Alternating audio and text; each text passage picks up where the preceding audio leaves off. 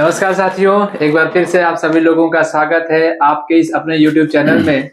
और जैसा कि आप लोगों को मालूम है, मैंने पिछली वीडियो में बताया था कि आप सभी लोगों का जो इंटर तक का सिलेबस है, चाहे वो 9th हो, 10th हो, 11th हो या फिर 12th हो, आप सभी लोगों के लिए मैं कंप्लीट कोर्स लेकर के आऊंगा और उसकी आज शुरुआत करने जा रहा हूं। और आप सबके लिए खुशखबरी भी है, गुड न्यूज भी है कि आज अंग्रेजी के साथ साथ आप सभी लोग केमिस्ट्री और बायो ये दोनों सब्जेक्ट भी आप पढ़ने वाले हैं। और आज आपका पहला क्लास होगा बायो का, जो कि जितेंद्र सर पढ़ाएंगे आप सभी लोगों को। इसी चैनल के माध्यम से अब आपको धीरे धीरे सारे सब्जेक्ट की जानकारी दी जाएगी। तो आप सभी लोग बहुत ही अच्छे से ध्यान से समझिएगा। आज बायो का पहला क्लास है, वो भी इंटर का। तो आएंगे जितेंद्र सर यहाँ पर आप सभी लोगों के सामने और वो अपना आज पहला क्लास लेंगे। आइए जितेंद्र सर। हाय दोस्तों, तो ये आज आप लोगों को बायो पढ़ाएंगे इंटर का। तो ध्यान से समझिएगा और धीरे धीरे आपके रिक्वेस्ट करने पर, आपकी गुजारिश पर, आपके कमेंट पर हम मैथ का भी, फिजिक्स का भी, केमिस्ट्री का भी सारी चीजें अवेलेबल कराएंगे और आप सभी लोगों को कंप्लीट कोर्स देंगे। जैसा कि हमने वादा किया था, अपना पूरा हम प्रयास करेंगे। और आप सभी लोग भी अगर वीडियो पसंद आ रही है तो आप उसको लाइक, शेयर और सब्सक्राइब करते रहिएगा और एंजॉय करिए। आज आपका बायो का क्लास जिसे सर क्लास लेंगे, देखिएगा ध्यान से। हाय दोस्तों, मैं जितेंद्र सर। जैसा कि आप सभी लोग जानते हैं, वीरेंद्र सर ने लगभग सभी बातें जो बताना है बता ही दिए। पर आज हम देखेंगे कि जो क्लास 12 का जो हमारा चैप्टर है, आप सभी लोग जानते हैं कि जितने सारे चैप्टर हैं, लगभग देखा जाए तो उसमें से कुछ चैप्टर कट चुके हैं। जिसमें से आपका पुराना सिलेबस देखेंगे तो उसमें जीओ में जनन, पहला चैप्टर है जीओ में जनन, वह चैप्टर आपका कट चुका है, यानी सिलेबस से आपका हट चुका है। जैसे ही वैसे ही हम कह सकते हैं कि जो इस प्रकार जो दूसरा हमारा चैप्टर होता है वह होता है पुष्पी पादपों में लैंगिक जनन। यह हमारा दूसरा चैप्टर है। और आपके बोर्ड ने, यानी कहने का मतलब है कि एनसीईआरटी जो बोर्ड है वो कहीं ना कहीं क्या कर दिया है, पहले वाले चैप्टर को हटा दिया है और जो दूसरा चैप्टर है वह आपका पहला चैप्टर बन गया है। तो इस तरह हम लोग देखेंगे कि जो पुष्पी पादपों में लैंगिक जनन होता है वह किस तरह होता है, कैसे होता है, कैसे फूल बनते हैं, फल बनते हैं, कैसे सब चीजें होती है। और इस पृथ्वी पर देखा जाए तो पौधों की जो प्रजाति है किस प्रकार बनी है, तो उसको आज स्टार्ट करते हैं। आइए देखते हैं।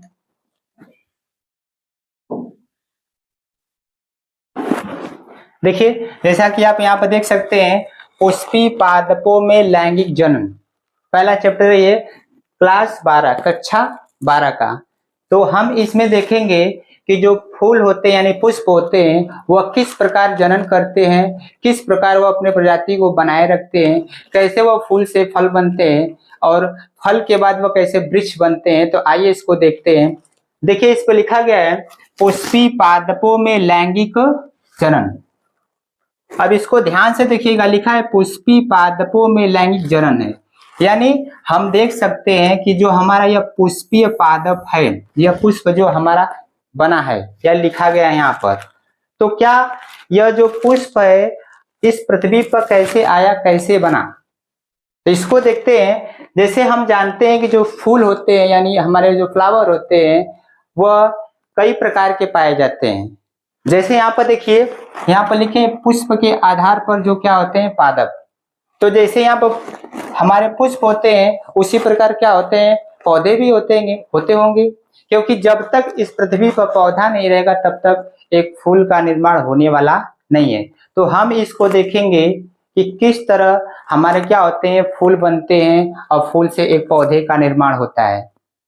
तो इसको देखिएगा, यहाँ पर हम स्टार्ट करते हैं। पहला बात यही पे, पुष्प के आधार पर पादप, क्योंकि पादप का मतलब होता है प्लांट यानी हमारे पेड़ पौधे। तो जो पेड़ पौधे होते हैं, तो देखिए पेड़ पौधे जो होते हैं वो कहीं ना कहीं एक हमारा आवृतबीजी पादप भी होता है और एक होता है अनावृतबीजी पादप। किस प्रकार, देखिए यहाँ पे लिखे पुष्प के आधार पर पादप, पुष्प के आधार पर पादप।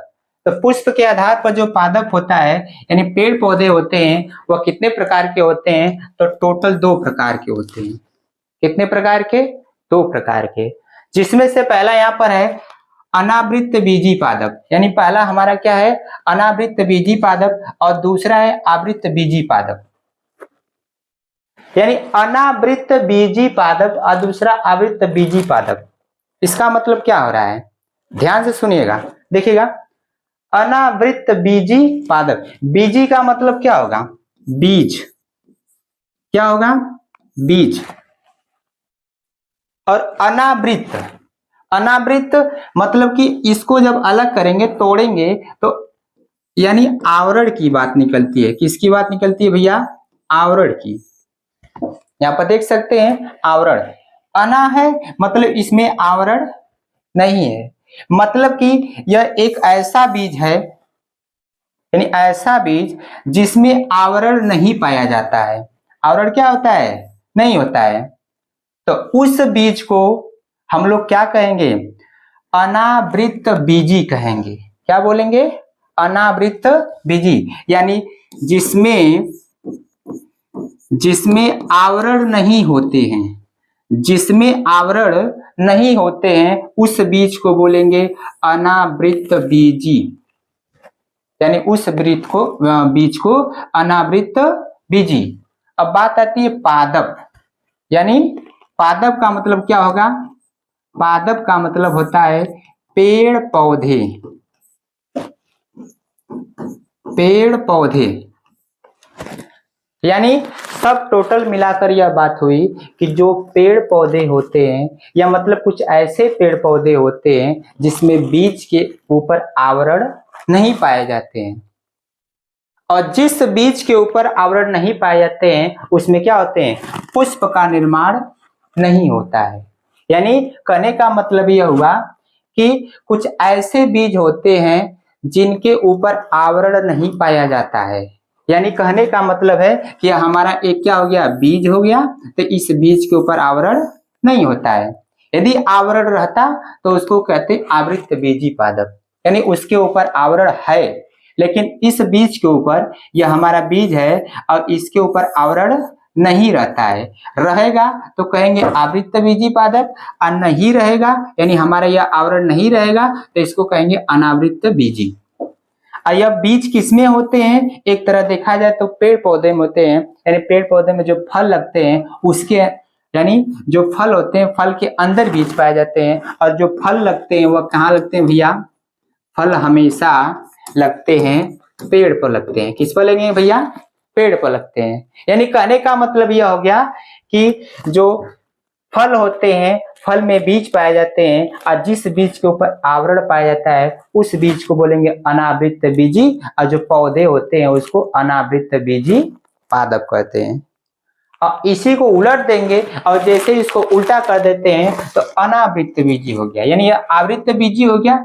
यानी जिसमें आवरण रहते हैं, जिसमें आवरण रहते हैं उसको आवृत्त बीजी बोलेंगे, और जिसमें आवरण नहीं रहते हैं उसको क्या कहेंगे?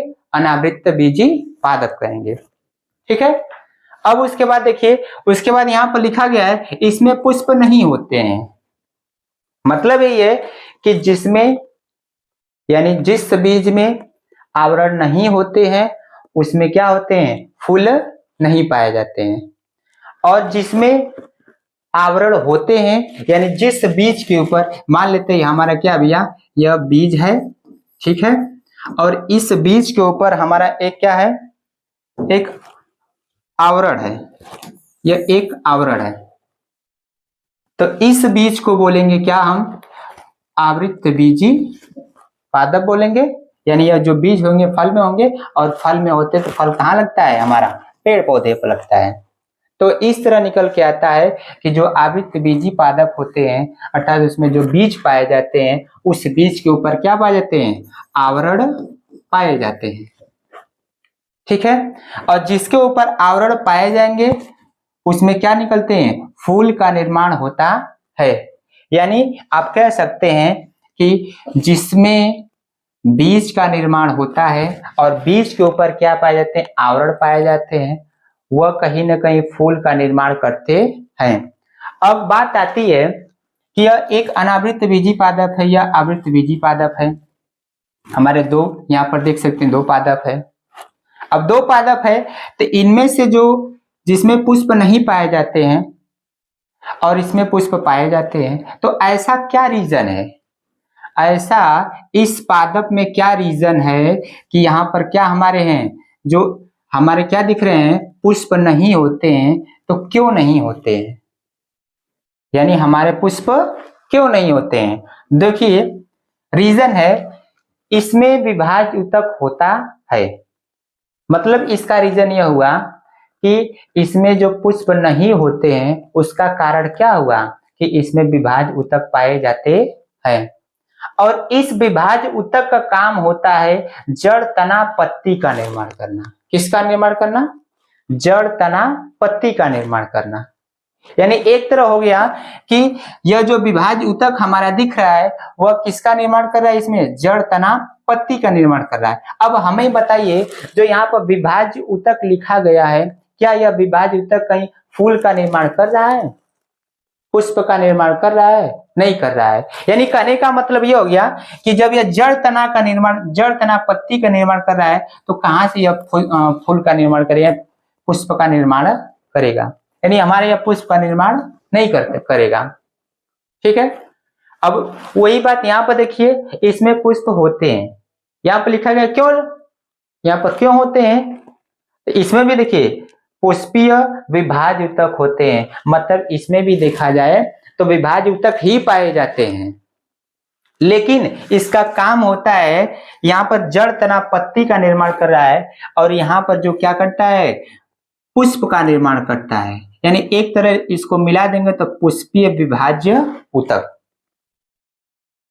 यानी इसका जो क्यों यहाँ पर लिखा गया है, यानी कहने का मतलब यह हो गया कि इसमें जो पुष्प होते हैं उसका एक ही कारण है कि जो इसमें विभाज्य ऊतक पाए जाते हैं वह फूल का निर्माण करने में मदद करते हैं, और यहाँ पर फूल का निर्माण नहीं करते हैं, जड़ तना पत्ती का निर्माण करते हैं।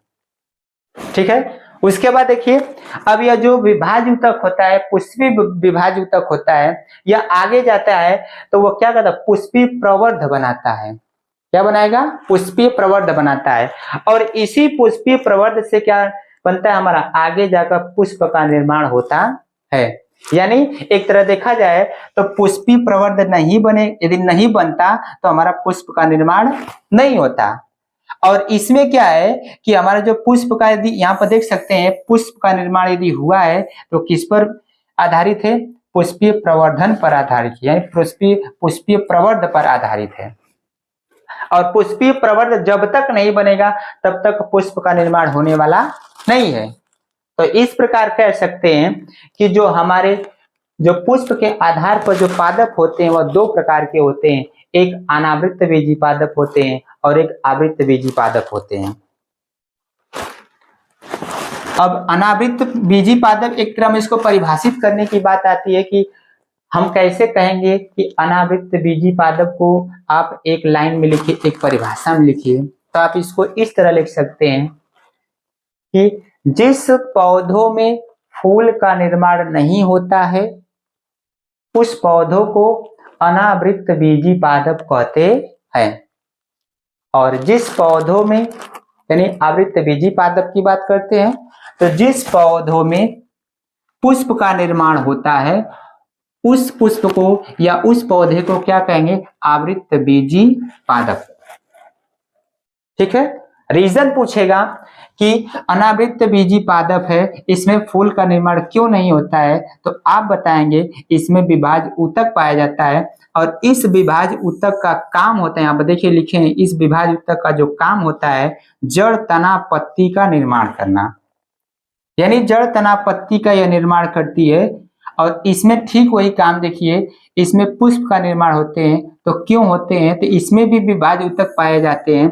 तो इसमें जो विभाज्य ऊतक होता है वह कैसा विभाज्य ऊतक होता है, पुष्पीय विभाज्य ऊतक होता है। देखो नाम से स्पष्ट, पुष्पीय विभाज्य ऊतक होता है। ठीक है, और ये जो हमारे पुष्पीय विभाज्य ऊतक होते हैं यह आगे चलकर क्या करते हैं, पुष्पीय प्रवर्ध का निर्माण करते हैं, और यही जो पुष्पीय प्रवर्ध होता है आगे विकास करता है, और जैसे विकास करता है तो हमारा पुष्प का निर्माण हो जाता है। अब कहेंगे सर कि यहाँ पर तो पुष्प का निर्माण हो गया, तो यहाँ पर तो हमारा लिखा गया पुष्पी पादपों में लैंगिक जनन है। तो पहले बात तो हम ये सीखेंगे कि जो हमारा यहाँ पर बनाया गया पुष्प का निर्माण हुआ है, और चैप्टर में क्या है, पुष्पी पादपों में लैंगिक जनन है, पुष्पी पादपों में लैंगिक जनन है। तो यानी पहले तो पुष्प बनाएंगे, तभी तो हम उसके पादप में जाएंगे, उसके बाद उसका लैंगिक जनन सीखेंगे कि यह जो चैप्टर है वो क्यों दिया गया है, क्या बात इसमें क्या लिखा गया है, हम इसको क्यों पढ़ते हैं। तो यह बात बताया गया है कि इसमें जो पुष्प होते हैं वह किस तरह हमारा एक तरह देखा जाए अपने प्रजाति को बनाए रखे हैं, और हम लोग अपने आसपास तमाम प्रकार के जो पुष्प होते हैं, पौधे होते हैं, उसको देखते हैं, और उसमें किस तरह फर्टिलाइजेशन होता है, किस तरह एक पुष्प से दूसरा पुष्प और वो आपस में फल बन जाते हैं, तो उसी को यहाँ पर हम लोग सीखते हैं। तो इस तरह हम पहले फूल का निर्माण करेंगे। अब जैसे ही फूल का निर्माण हो जाता है तो उसके बाद हम सीखेंगे कि जो पुष्पी पादप होते हैं उनमें लैंगिक जनन का मतलब क्या होता है। तो आइए देखते हैं लैंगिक जनन का मतलब यहाँ पर क्या होता है। देखिएगा, जैसे यहाँ पर देखिएगा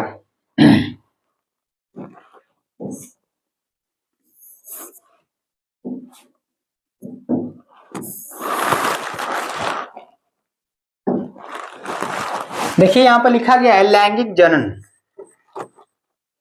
लैंगिक जनन।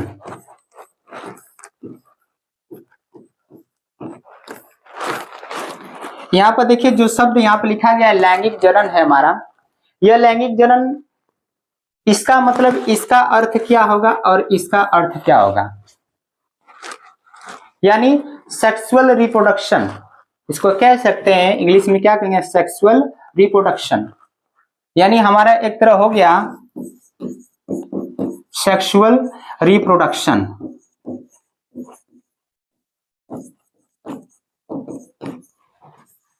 जो यहाँ पर सेक्सुअल रिप्रोडक्शन लिखा गया है यानी लैंगिक जनन हमारा यहाँ पर लिखा गया है, क्या यह जो लैंगिक जनन है तो इसमें जो लैंगिक की बात करते हैं तो लैंगिक का मतलब यह क्या होता है, इसका मतलब यह होता है कि हम देखते हैं कि जितने सारे जीव होते हैं, चाहे वो पौधा हो चाहे कुछ भी हो, तो पौधे में भी क्या होते हैं कि उसमें सेक्स पाए जाते हैं।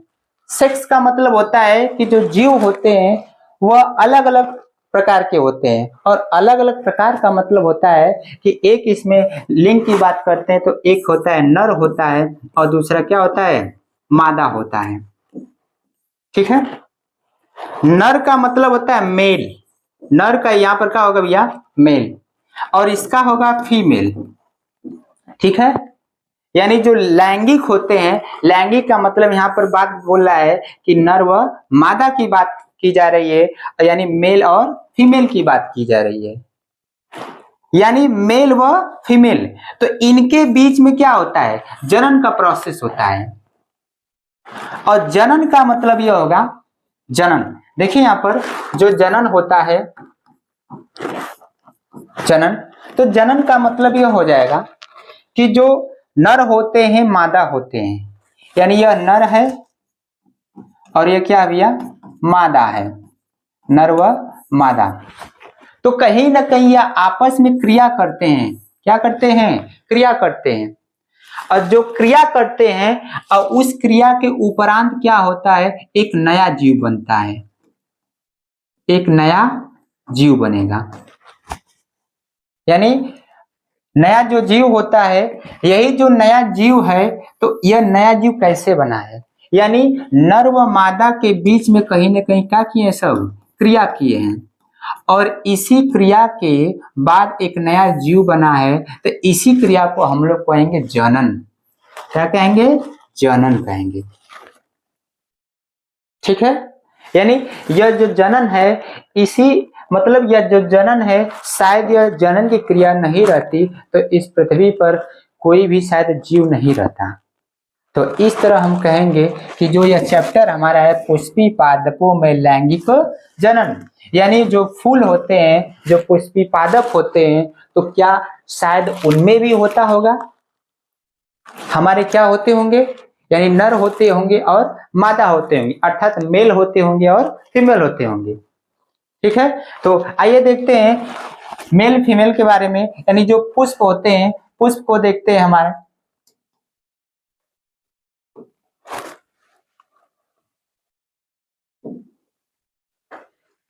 देखिए, एक यहाँ पर पुष्प की संरचना दिख रही है हमारा। अब इस पुष्प में देखेंगे कि कौन मेल है और कौन फीमेल है, क्योंकि हमको यहाँ पर सीखना है कि एक पुष्प से ही क्या बनाना है, एक नया जीव का निर्माण करना है। अर्थात जो नए जीव का निर्माण करना है, तो कहने का मतलब हमें पहले सीखना होगा कि इसमें नर क्या होते हैं और मादा क्या होते हैं, और जो नर कौन होते हैं, मादा कौन होते हैं। देखिए, इसमें ध्यान से देखिएगा, यह हमारा एक पुष्प है, ठीक है, और इस पुष्प में क्या दिख रहा है, ये देखिए, जो रेड कलर का हमारा यह हिस्सा दिख रहा है, जो रेड कलर का होता है, तो आप फूल देखे होंगे, फूल में क्या होती है, पंखुड़ियां होती हैं, रेड कलर की होती हैं, पीली कलर की होती है, जो पंखुड़ियां होती है, जो हमारे यहाँ रेड कलर के दिख रहे हैं, जैसे यहाँ पर देख सकते हैं। देखिए, यह हमारा जो रेड कलर का यहाँ पर दिख रहा है, यह वाला हिस्सा जो है, इसको हम लोग क्या कहेंगे, जो रेड है पंखुड़ी। अर्थात पंखुड़ी का मतलब है, जो पंखुड़ी जो होता है, इस पंखुड़ी को हम लोग बोलते हैं दल कहेंगे। क्या कहेंगे, दल कहेंगे। अर्थात जो जो पुष्प होते हैं, जितने सारे फूल होते हैं, सभी फूल में कहीं ना कहीं क्या पाए जाते हैं, दल पाए जाते हैं, क्योंकि दल के बिना कोई फूल बनने वाला नहीं है। तो यह हमारा एक दल हो गया, अर्थात पिटल हो गया, ठीक है। और दल के बाद देखिए, जो बीच में एक आपको यह दिखेगा, यह वाला हिस्सा, इस वाले हिस्से को हम क्या कहेंगे, देखिए, इस वाले हिस्से को हम बोलेंगे परागकोश। इस वाले हिस्से को क्या कहेंगे, परागकोश, ठीक है। और जो यह हिस्सा, जो इसका डंठल है, पतला सा एक धागे नुमा संरचना जो दिख रही है, ये देखिए सभी में यह बनाया गया है, यह जो धागे नुमा संरचना है, इस धागे नुमा संरचना को हम लोग क्या कहेंगे, तंतु कहेंगे, या इसको पू तंतु कहते हैं। क्या कहेंगे भैया, पू तंतु, ठीक है। आप इसको तंतु बोले चाहे पू तंतु बोलेंगे। और जो ऊपर जो गोल वाला हिस्सा दिख रहा है, ये आपको, इसको हम लोग कहेंगे परागकोश। क्या कहेंगे, परागकोश। अब उसके बाद देखिए, इसमें क्या क्या आपको दिखाई दे रहा है। इसमें देखिए, जो ये बीच का हिस्सा दिख रहा है, ये हमारा क्या है, जो बीच का हिस्सा दिख रहा है, इस बीच वाले हिस्से को बोलते हैं, या जो ऊपरी हिस्सा यहाँ पर हमारा है, इस ऊपरी वाले हिस्से को हम यहाँ पर बोलेंगे वर्तिकाग्र बोलते हैं। क्या कहेंगे, वर्तिकाग्र कहेंगे। अर्थात ये हमारा क्या है, वर्तिकाग्र है, ठीक है। और उसके बाद इस जो ऊपर वाला हिस्सा है, इसको हम लेते हैं, यह जो ऊपर वाला हिस्सा दिख रहा है, यह तो वर्तिकाग्र हो गया। उसके बाद यहाँ से लेकर, यानी यहाँ से लेकर यहाँ तक जो यह हिस्सा दिख रहा है, इस वाले हिस्से को हम क्या कहेंगे, वर्तिका कहते हैं। क्या कहेंगे, वर्तिका, अर्थात इसको स्टाइल बोलते हैं, ठीक है।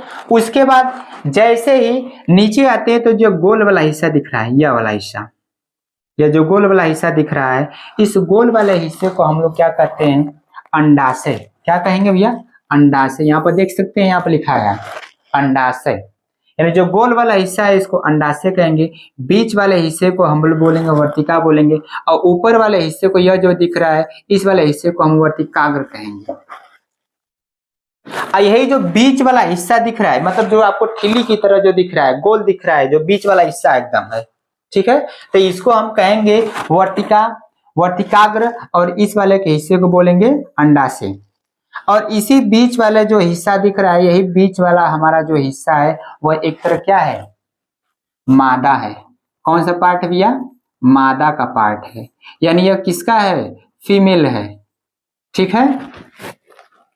यानी ये तो हम इस पुष्प में जाने कि जो बीच वाला हिस्सा जो दिख रहा है, या जो बीच वाला हिस्सा हमारा दिख रहा है, यह हमारे क्या है, फीमेल है।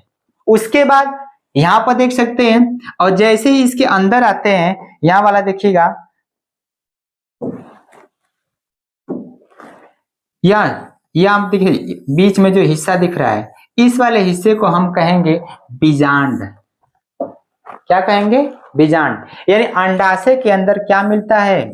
बीजांड पाए जाते हैं। अभी हम लोग और इसको विस्तार से पढ़ेंगे, इसको और आगे समझा जाएगा, देखेंगे। अब इसके बाद देखिए उसके जो नीचे का हिस्सा होता है, इस वाले हिस्से को हम लोग बोलते हैं वाहिदल।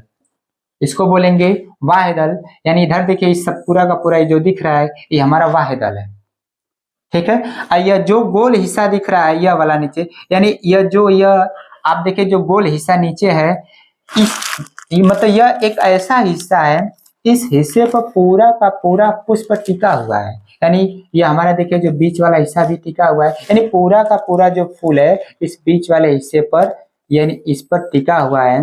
और इस जो टिके हुए हिस्से को क्या कहते हैं? जिस पर टिका रहता है उसको बोलते हैं पुष्पासन। क्या कहेंगे? पुष्पासन कहेंगे। और उसके जैसे ही नीचे जाते हैं तो नीचे यानी यह हम जाते थे, ये सब जो पंखुड़ी यानी जो पौधे से क्या कहते लगी रहती है यह जो नीचे का हिस्सा है इसको बोलेंगे पुष्प वृंत बोलेंगे, यानी पेडिकल कहते हैं। क्या कहेंगे? पेडिकल कहेंगे, ठीक है। अब यह हमारा तो यह जो देखिए यह जो बीच वाला हिस्सा हो गया वो हमारा क्या हो गया? मादा हो गया।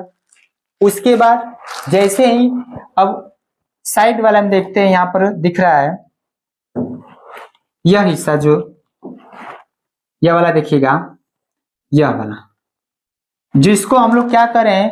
तंतु कर रहे हैं, और इसके ऊपर वाले इस वाले हिस्से को पराकोष कर रहे हैं। और यह जैसे ही हमारा जाता है यहाँ पर टच है, यानी एक तरह देखा जाए तो बीजांड अंडाशय से लगा हुआ है। तो यह जो हाई जो धागे नुमा संरचना दिख रहा है, गोल गोल जो हिस्सा दिख रहा है, यह इसको पराकोष कर रहे हैं। और जो धागे नुमा संरचना है इसको हम लोग पुतंतु कर रहे हैं। तो इस वाले हिस्से को हम लोग कहते हैं नर का हिस्सा। यानी कौन सा हिस्सा है? नर का है। यानी नर में क्या क्या शामिल दिख रहे हैं आपको? नर में एक है, यहाँ पर देख सकते हैं, पराग कोश है प्लस पुतंतु है।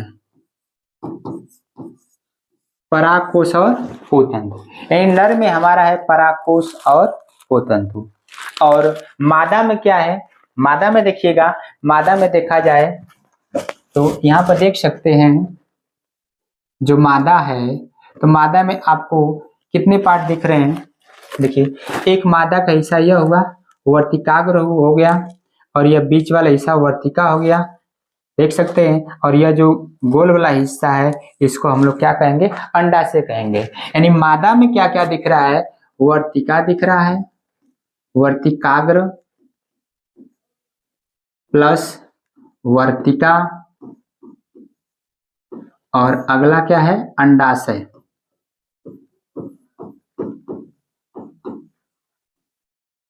यानी यह देखिए, यानी मादा में हमको क्या दिखा? मादा में वर्तिका दिखा, वर्तिकाग्र, वर्तिका और अंडाशय। यानी एक तरफ फूल में हमको पहचान में आया कि फूल में क्या है? यह हमारा नर का हिस्सा है, और यह जो बीच का हिस्सा यह दिख रहा है यह किसका है? मादा का हिस्सा है। और यह जो नीचे हई सब दिख रहे हैं, हई सब आपको जो दिख रहे हैं, एक तरह क्या है?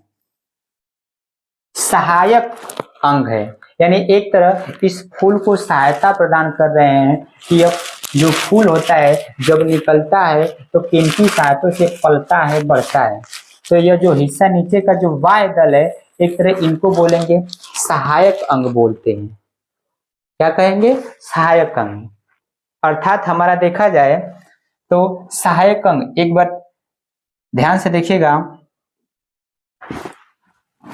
हमारा क्या हुआ कि जो नर है, नर में टोटल कितने अंग हो गए हमारे?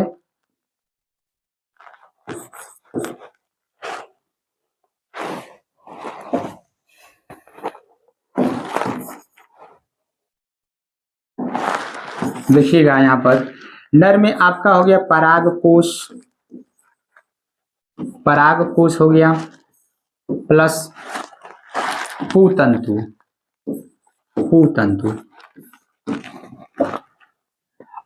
इन्हीं को हम लोग बोलते हैं नर का हिस्सा हो गया। और जब इनको मिला देंगे तो इसको बोलते हैं पुंकेसर। क्या कहेंगे? पुंकेसर। और उसके बाद पुंकेसर जब कई हो जाते हैं, मतलब इनकी संख्या जब क्या हो जाती है, तादाद ज्यादा हो जाती है, संख्या ज्यादा हो जाती है पुंकेसर की, तो इसको पुमंग कहते हैं। क्या कहेंगे? पुमंग कहते हैं। अर्थात पुमंग एक बड़ा समूह हो गया, और बड़ा समूह कब होगा? जब पुंकेसर की संख्या क्या हो जाएगी? अधिक हो जाएगी तब। यानी पुंकेसर की संख्या अधिक हो जाती है तो उसको क्या बोलते हैं? पुमंग बोलते हैं। और इसी तरह मादा होता है। मादा में हमारे क्या हिस्सा थे? एक हमारा वर्तिका था,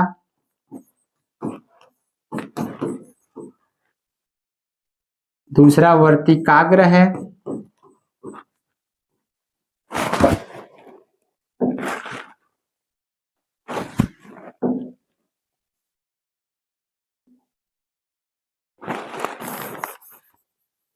देखिए यहां पर दूसरा हमारा वर्तिकाग्र, और एक है अंडाशय। इनको यदि मिला देते हैं, जोड़ देते हैं, तो इनको मेल को यानी सभी के जोड़ को हम लोग क्या कहेंगे? स्त्री केसर बोलेंगे। ठीक है। और जब कई स्त्री केसर हो जाए, इनकी संख्या क्या हो जाएगी? कई हो जाती है, स्त्री केसर कई हो जाते हैं, तो इसको हम लोग जायांग कहते हैं। क्या बोलेंगे? जायांग। बात समझ में आया? इस तरह तो देखिए हमारा क्या है यहाँ पर, जो जायांग है, तो जायांग में क्या क्या है? यहाँ पर स्त्री केसर है, और स्त्री केसर क्या है? स्त्री केसर एक प्रकार की इकाई बन गई, यानी कई स्त्री केसर मिलाते हैं तो हमारा जायांग का निर्माण हो जाता है। तो इसमें पहचान की बात यह है कि जो जायांग होता है, या जो जायांग है, और यहाँ पर हमारा क्या है? पुमंग है। यह जो जायांग होता है एक तरह हो गया मादा का पूरा पार्ट हो गया, और यह क्या हो गया? मादा का मतलब हमारा एक फीमेल हो गया, और पुमंग का मतलब भी हमारा क्या हो गया? नर का हिस्सा हो गया, यानी मेल हो गया। ठीक है। और ये हमारा क्या हो गया? फीमेल हो गया। ठीक है। तो इस तरह हम लोग जानेंगे कि जो फूल होते हैं उसमें नर व मादा किस तरह होते हैं, कैसे होंगे। ठीक है। तो आइए देखते हैं।